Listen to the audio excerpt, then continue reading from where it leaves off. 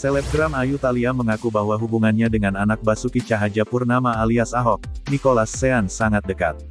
Hal itu diungkapkannya secara belak-belakan dalam sidang di Pengadilan Negeri Jakarta Utara. Bahkan, kami kerap tidur bareng di hotel, katanya. Ayu mengaku bahwa Sean memanggilnya dengan panggilan sayang. Tak hanya itu, Sean juga kerap menanyakan jadwal menstruasinya. Teman biasa itu tidak tidur bareng, kata Ayu Thalia. Menurut Ayu, dia tidak masalah namanya tercoreng lantaran mengungkap aib hubungannya dengan Sean. Saya terima konsekuensinya, tutur Ayu Thalia. Dia pun meyakini hakim punya hati nurani setelah mendengarkan pengakuannya tersebut. Wanita dibeginiin ya, saya percaya yang terbaik untuk hasilnya, beber Ayu Thalia. Sebelumnya, Sean sempat membantah memiliki hubungan spesial dengan Ayu Thalia.